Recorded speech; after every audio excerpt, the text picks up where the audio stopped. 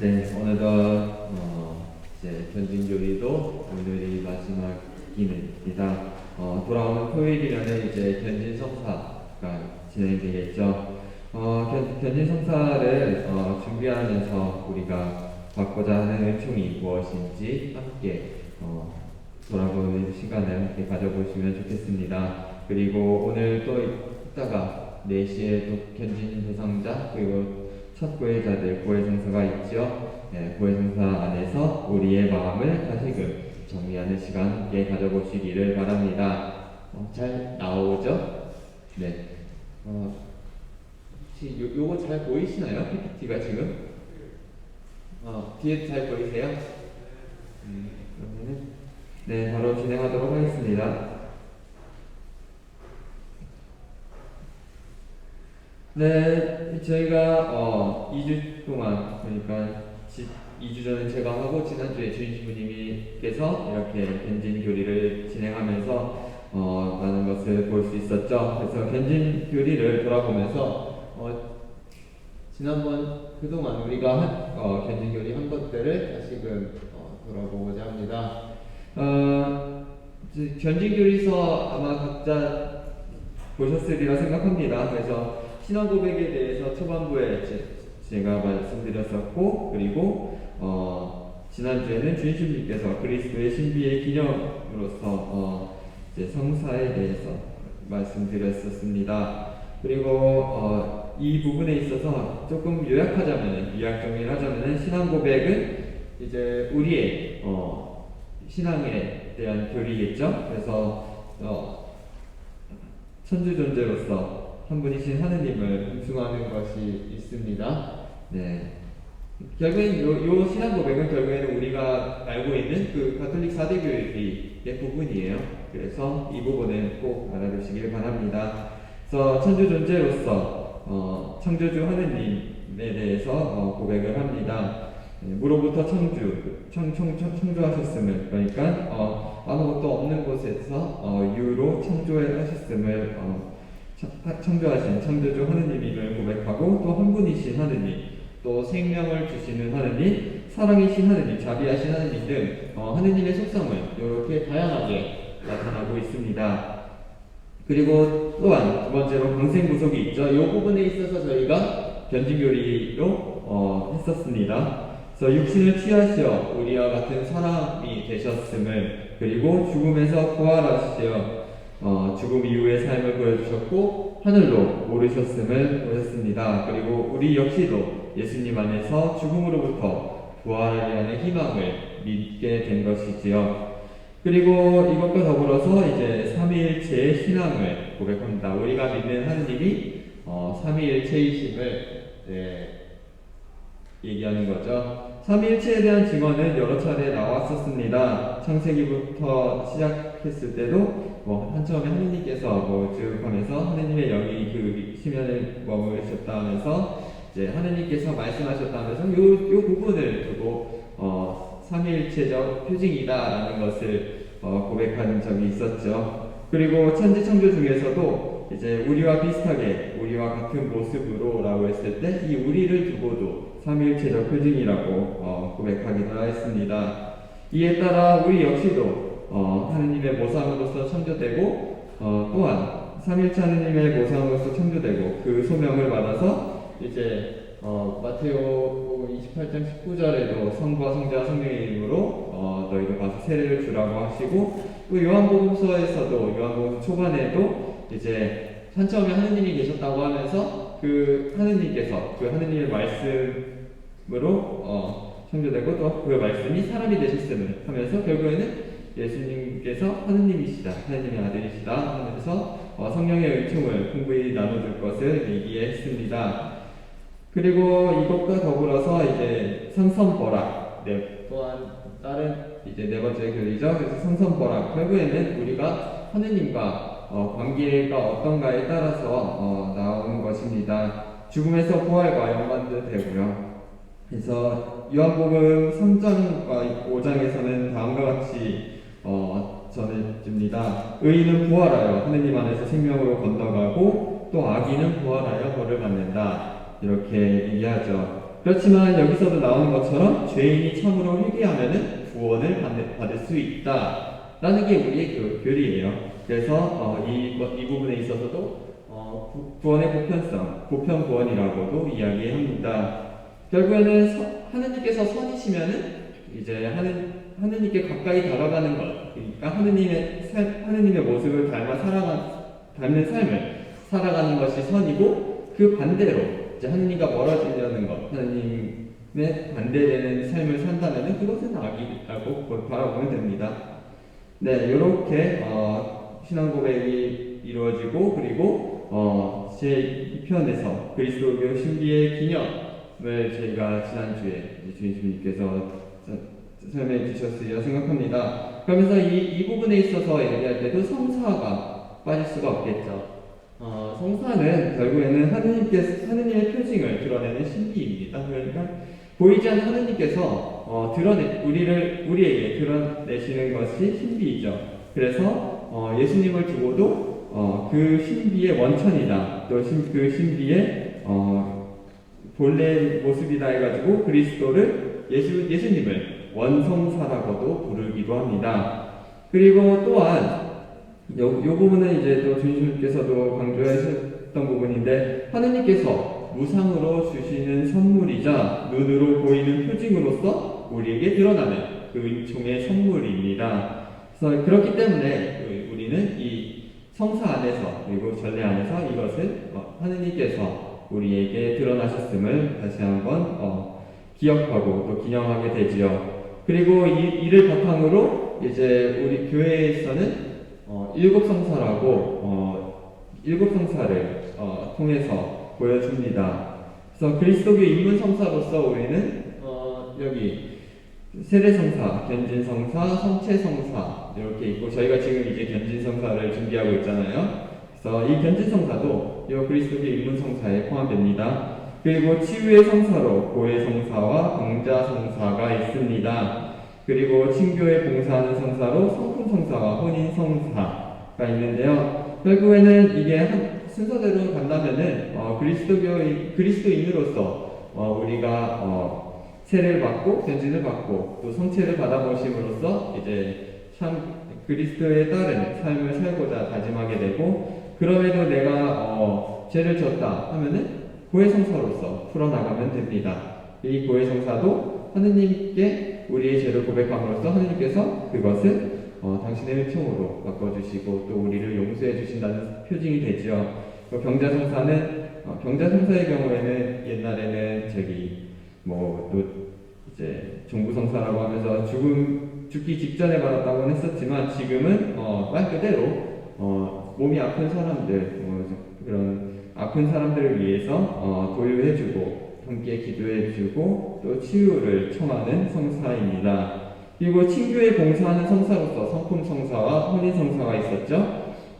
네, 성품 성사는 말 그대로 이제 거룩한 직무에 부르심을 받는 성사이고, 혼인 성사는 말 그대로 이제 남녀간이 결혼하는 것, 그러니까 함께 혼인을 서약하고 하느님 앞에서 서약한다는 게 중요하죠. 거기서는 하느님 앞에서 혼인을 서약하고 하느님의 그 창조 사업에 동참한다는 것을 이 안에서 포함합니다.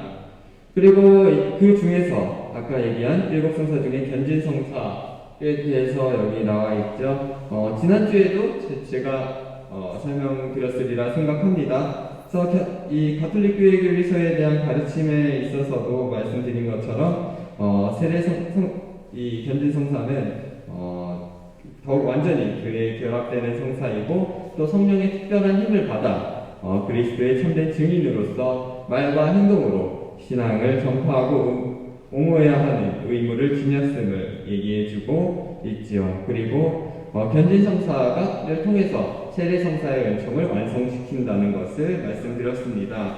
그리고 세례와 마찬가지로 견진 성사도 영혼에 단 한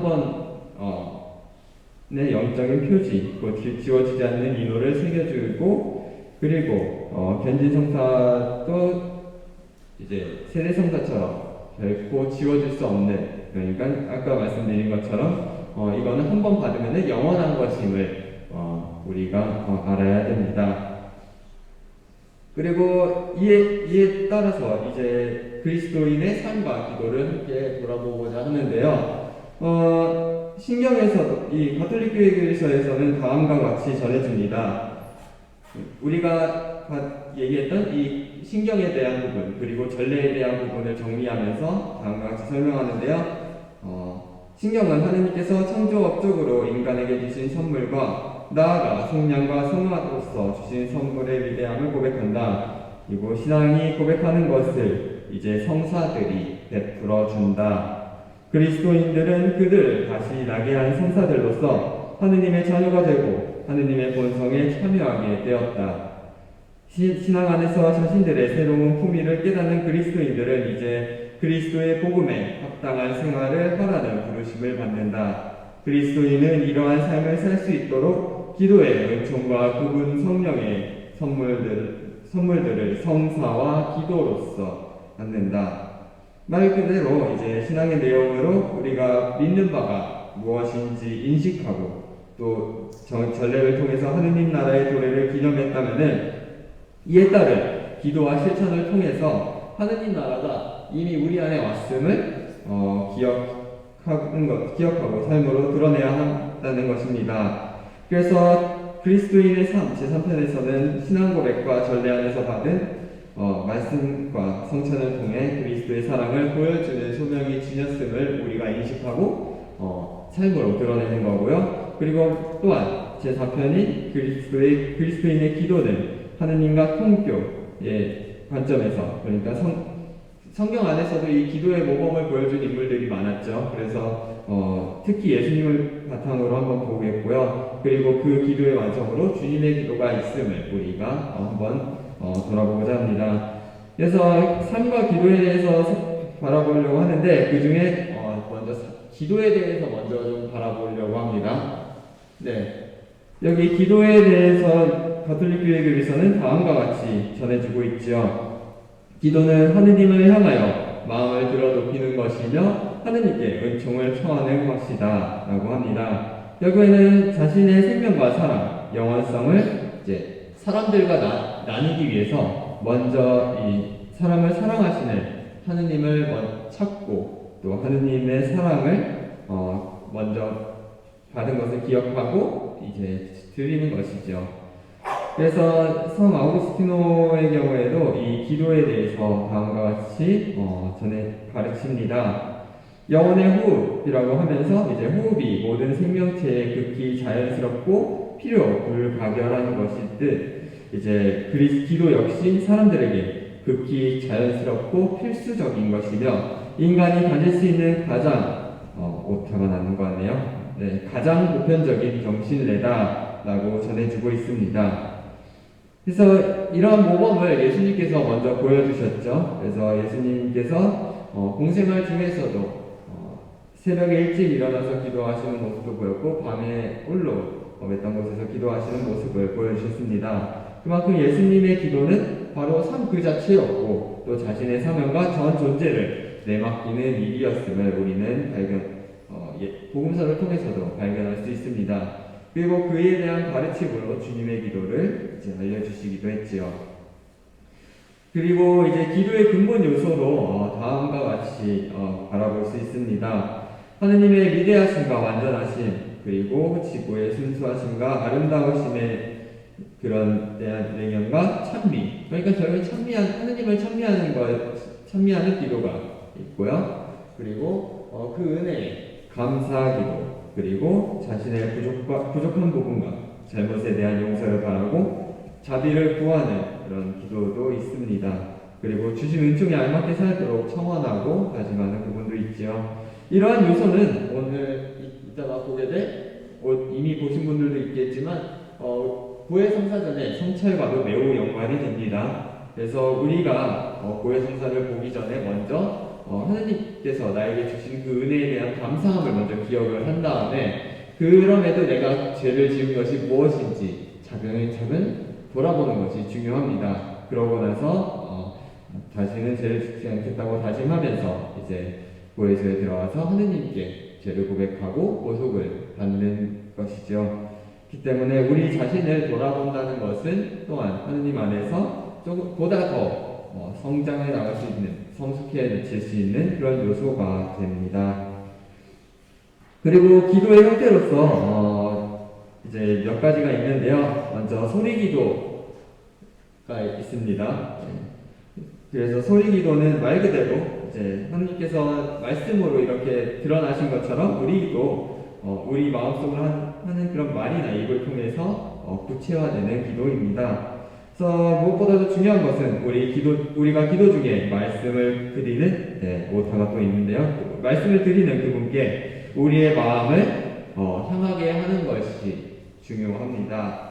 그래서 요한 크리소스토모 성인께서는 다음과 같이 좀 강조를 했어요. 이 소리 기도를 하는데 있어서 말로만 이렇게 하는 것이 아니라 이제 우리 마음에 열성에 달려 있고 그것을 그 진심으로 우러나오는 마음을 이제 말로써 표현하는 것이 바로 이 소리 기도임을 강조했습니다. 대표적인 예로 우리가 주님의 기도를 외울 때도 마음을 다해서 외는 거랑 또 그냥 습관적으로 외우는 거랑은 또 다르잖아요. 분명히 주님의 기도, 예수님께서 우리에게 친히 알려주신 중요한 기도문인데 그것을 내가 얼만큼 인식하고 있는지에 따라서 그 받는 은총도 다르게 나타납니다. 그래서 무엇보다도 예수님의 그 복음의 완성으로서 주님의 기도를 우리가 마음 깊이 기억하고 기도하는 것이 중요합니다. 그리고 이것과 더불어서 소리 기도와 더불어서 나오는 게 묵상과 반상 기도가 있어요. 여기 나오는 것처럼 묵상은 사고력, 상상력, 감정, 의욕들을 동원하는 기도입니다.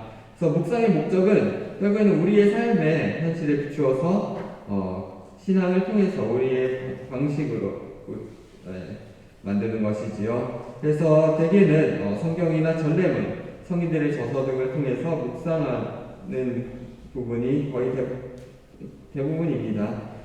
그래서 흔히 우리가 하는 영적 독서, 렉시오 디비나도 요 묵상에 포함됩니다. 그리고 성찰의 기도로서 이 묵상 안에서 잠시 우리 자신을 성찰할 수 있도록 돌아볼 수 있게 해줍니다. 아까 말씀드린 고해성사도 요 안에서, 묵상 안에서 우리 스스로를 성찰하는 기회가 된다는 것이지요.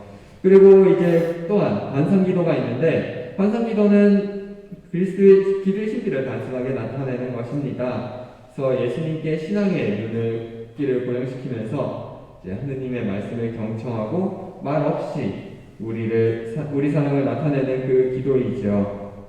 그래서 반상기도를 통해서 우리가 그리스도의 신비에 참여하는 만큼 그리스도의 기도와 합쳐지게 되는 그런 기도입니다. 말 그대로 예수님을 직접 바라보고 기도한다는 것으로 표현할 수 있는데요. 이 부분에 있어서는 성인들로 치면은 아빌라의 성녀 데레사도 있고 아니면 이것과는 조금 다른 의미에서 성이냐수의 영신실현에서는 그 부분에서도 반상기도라고 하는데 이 두 가지 반상은 조금 다르다는 점만 참고해 주시면 되겠습니다. 근데 결론적으로는 예수님의 얼굴을 바라보고자 하는 그 갈망에서 반상기도라는 것만큼은 기억해 주셨으면 좋겠어요. 네, 기도에 대해서는 여기까지 해도 되겠죠? 네, 그러면은 이제 우리 신앙인으로서 삶을 돌아보고자 합니다. 현대에 사는 그리스도인이라는 주제로 아마 책에도 나와 있을 거예요. 그 교재에도 나와 있으니까 그 부분에서도 참고해 주시면 좋겠고요. 하느님의 계시는 구약에서부터 신약에 이르기까지 한 가지 가르침을 우리에게 선포하셨습니다. 말 그대로 내 이웃을 너 자신처럼 사랑해야 한다는 그런 가르침이었죠. 네, 그래서 이제 가톨릭 교회에서는 다음과 같이 전하기도 했습니다. 세례받은 이들의 충실성은 복음 선포와 세상에서 이루어야 할 교회의 사명 수행을 위한 가장 중요한 조건이 된다. 진리와 빛의 힘을 사람들 앞에 드러내기 위하여 구원의 메시지는 그리스도인의 생활을 통한 증거로서 그 진실성이 입증되어야 한다. 말 그대로 우리의 삶으로서 증명되어야 함을 강조한 것이죠. 그래서 이를 바탕으로 이제 가톨릭 교회 안에서도 사회교리가 형성되기도 했습니다.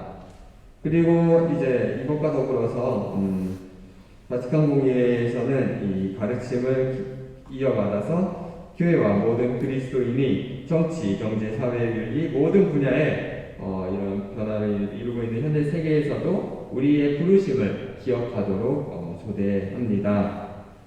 그래서 이 부분에 있어서도 이 바티칸 공의회의 입장을 한번 좀 돌아볼 필요가 있어요. 네, 그 이전에 좀 제가 넘어간 부분이 있었네요. 가톨릭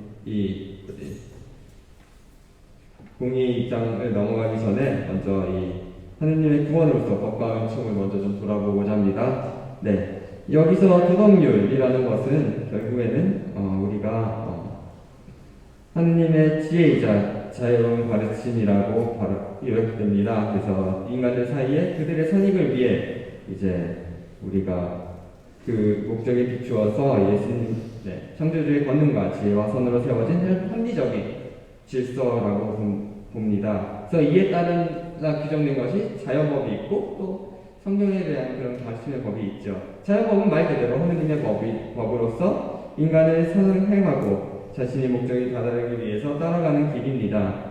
그래서 이 자연법의 중요한 규정들은 십계명에도 제시되어 있지요.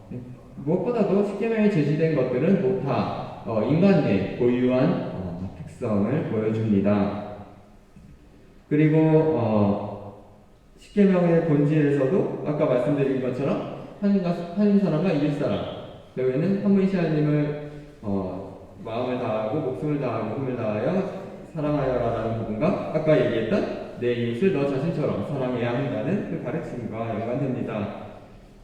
그리고 결국에는 그렇지만 이 기준은 예수님께 다 있음을 우리는 기억해야 합니다. 아까 PPT에서도 이제 좀 보여드렸었는데 결국에는 우리의 기준은 길이요 진리요 생명이신 예수 그리스도야 한다는 것을 알려주는 것이죠. 십계명은 결국에는 이제 예수님의 예수님 이전에도 먼저 어떻게 살아야 하는지 보여주는 것이었다면 예수님께서 직접 이 사람으로 오셔서 그 삶을 증명해 주셨습니다. 그래서 이로써 세워진 것이 이제 새 법이라고 하는 거죠. 복음의 법입니다.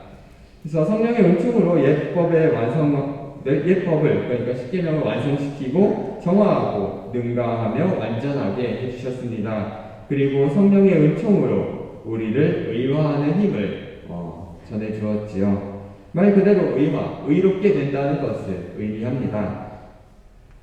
그렇지만 이 부분에 있어서 우리가 기억해야 하는 부분은 예법의 윤리적 규정들을 폐지하거나 과소평가하지 않고 오히려 규정 안에 감추어져 있는 그 가능성을 드러내고 또 새로운 요구들을 분출하게 합니다.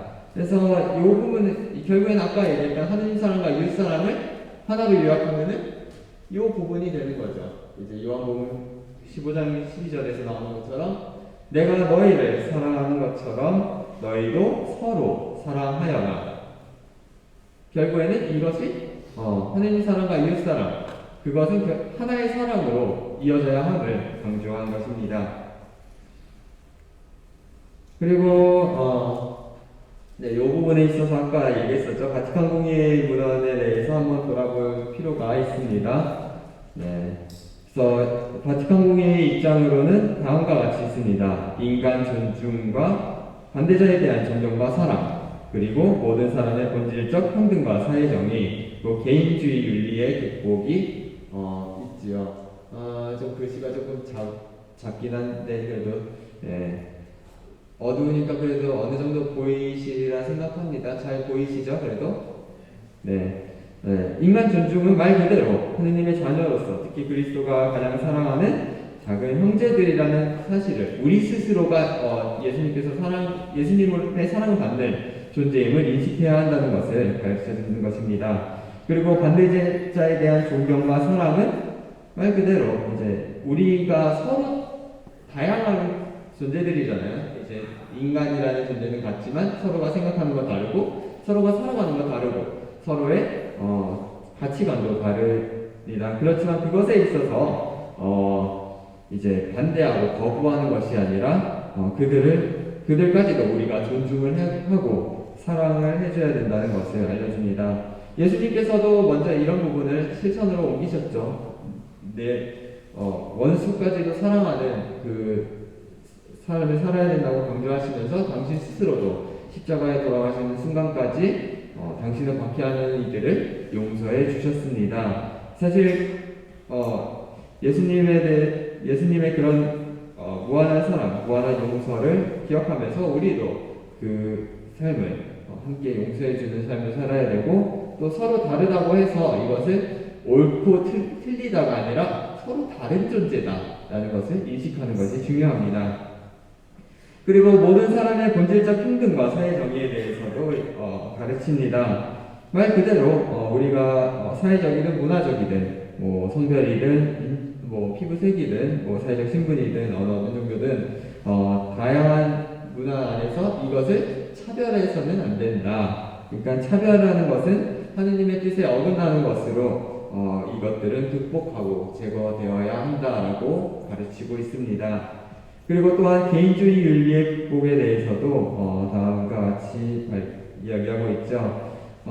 좀 한편으로는 우리가 급격하게 변화해지면서 우리가 한국에서도 봤을 때는 약간 옛날에 정이 많은 민족이다 이런 얘기도 많이 들었었고, 또 정 때문에 이렇게 함께 뭉쳐진다는 얘기도 있었는데, 요즘은 보면은 다 뿔뿔이 흩어져 있죠. 한편으로는.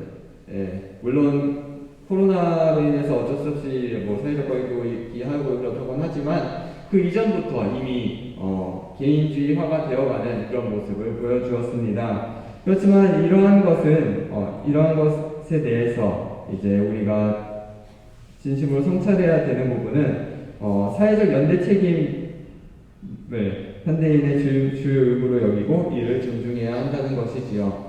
결국에는 우리가 각자 살아가는 것이 아니라 하느님의 자녀로서 동등한 존재로서 더불어 살아가는 존재임을 우리가 기억해야 한다는 것입니다. 그래서 인간이 사회적 존재, 사회적 동물이라고 했던 것처럼 우리가 서로를 통해서 배워나가는 게 있고, 또 서로를 통해서 사랑을 받고 전할 수 있는 그런 것이 있음을 기억해야 한다는 것입니다. 그리고 마지막으로 시인과 참여에 대해서 우리 또 한번 기억해 볼 필요가 있어요. 개인과 사회의 긴밀한 상관관계에 있는 이 사회에서 우리가 우리에게 주어진 그런 책임에 있어서 외면하거나 회피하지 말고 말과 행동을 통해 자신이 속하는 집단이나 제도를 보다 인간답게 변화해 나가려는 우리의 노력이 필요하다는 것을 여기서 강조합니다.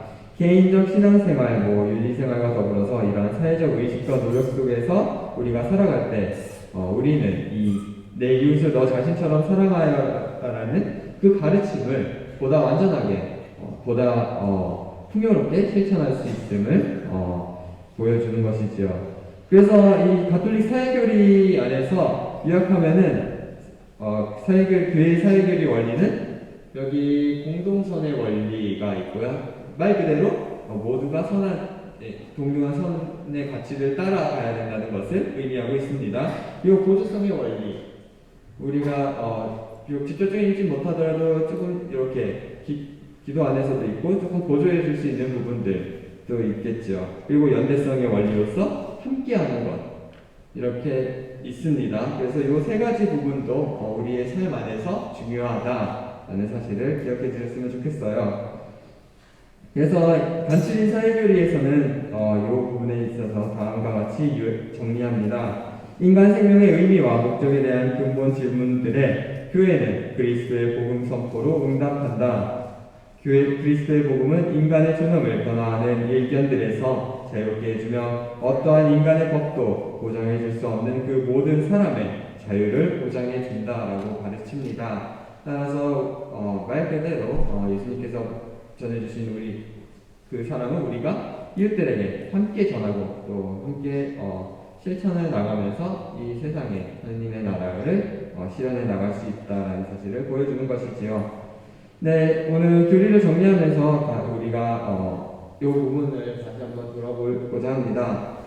그리스도교 가르침의 그 근본은 성경에 있죠, 당연히. 네, 당연히 성경에 있습니다. 그 안에서 이제 성경의 가르침을 통해서 하나님께서 우리를 향한 사랑의 계시를 발견할 수 있고, 또 이에 따라서 기도와 묵상 그리고 실천은 우리가 하느님 안에서 의롭게 됨을 기억해 주시길 바랍니다.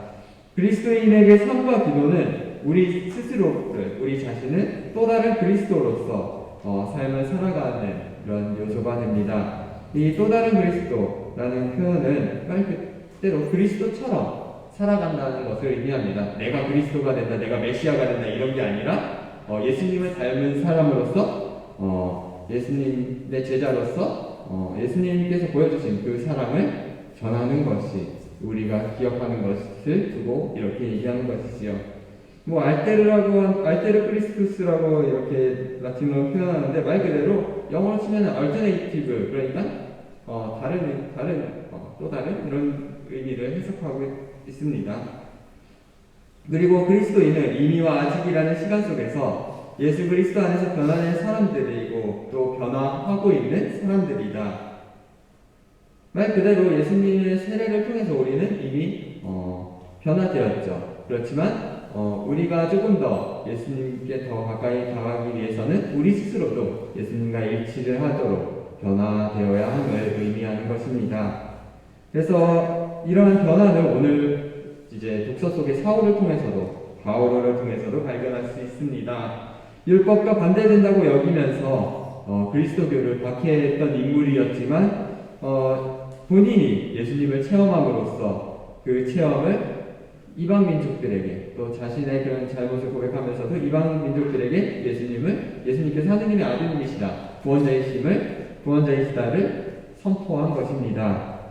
그래서 비록 우리는 한없이 부족하지만 바오로가 예수님의 부르심을 통해서 변화되었던 것처럼 참 포도나무이신 예수님께 우리 스스로가 붙어 있을 수 있도록 끊임없이 은총을 청해 보아야 할 것입니다. 견지성사를 준비하면서 우리에게 전해진 그 하느님의 사랑을 이제 기도와 사랑 실천 안에서 함께 찾아보시기를 바랍니다. 네, 이제 또 고해성사도 조마가 있겠는데요. 고해성사 안에서도 우리 스스로를 돌아보는 시간을 함께 가져보시기를 바랍니다. 잠시 묵상하시겠습니다.